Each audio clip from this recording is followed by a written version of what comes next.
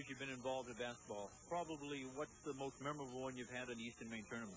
Well, the Thurston deal from midcourt, that's everybody's big highlight. And I called it wrong because the crowd stood up and I couldn't see anything, and I just figured that shot was never going to go, but it did, and that was one of the big basketball highlights, I think. You've seen a lot of kids play basketball up in the county.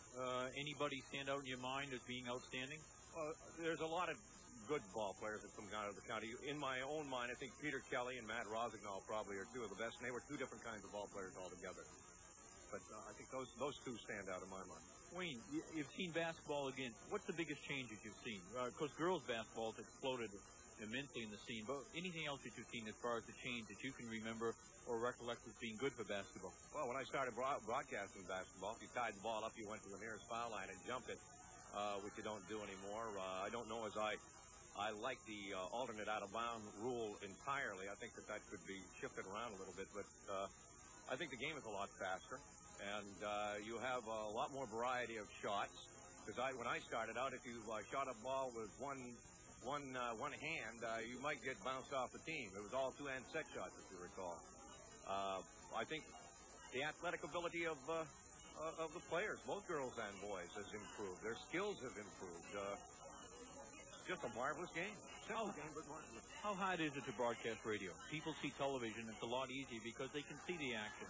Is it difficult for you? Could you do TV? Oh, yes. I have done TV, basketball TV. Radio is one game's a day's work. So if you, like today, I'll have 4 games. I've done 4 days' work. It's a lot of work to do a basketball game, no matter how many years we've been doing it. And a lot of work, but it's fun. Wayne, any different? People always are comparing the state of Maine. They have Western Maine basketball in the county. Any difference that you see between county basketball and down here? Well, yes. Down here in Western Maine, well, in Central and Western Maine, you have a football mentality, and basketball really doesn't kick in until about January or February, and then it's, they're all out.